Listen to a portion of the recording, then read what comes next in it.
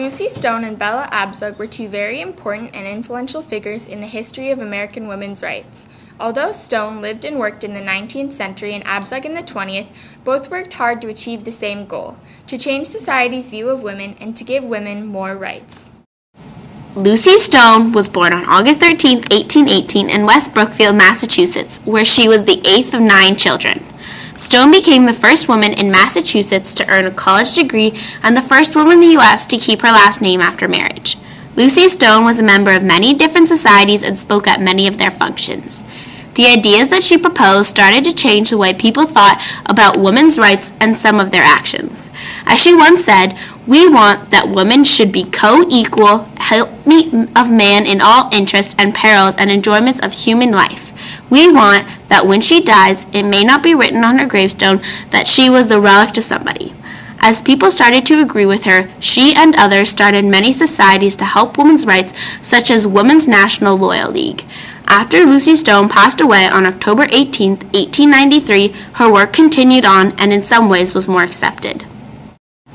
Lucy Stone's work made it possible for other reformers such as Bella Abzug to be able to do the work that they did, because her ideas and support for women's rights made groundbreaking social change in America. Bella Abzug was born on July 24, 1920 in New York, New York. It was there that she worked as a lawyer, emerged as a leader in the UN, and raised 2 children with her husband Martin Abzug. In 1970, she was elected to Congress on a strong feminist and peace platform and soon made a name for herself as Congress's hardest-working member.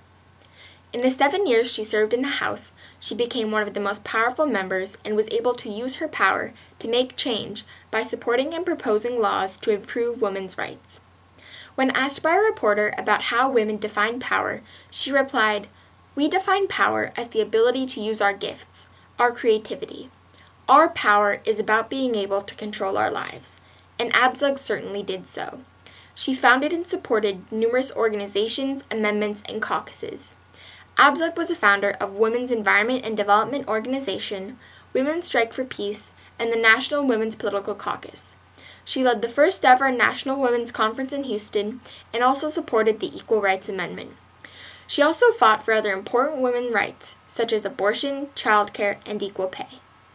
Even after her death in 1998, her work has continued on, in part through the Lucy Stone and Bella Abzug's work gave women more rights and made it possible for more women's voices to be heard, and used some of the same techniques to speak about what they cared for. They both gave powerful public speeches at different conventions and events to raise awareness about women's rights issues.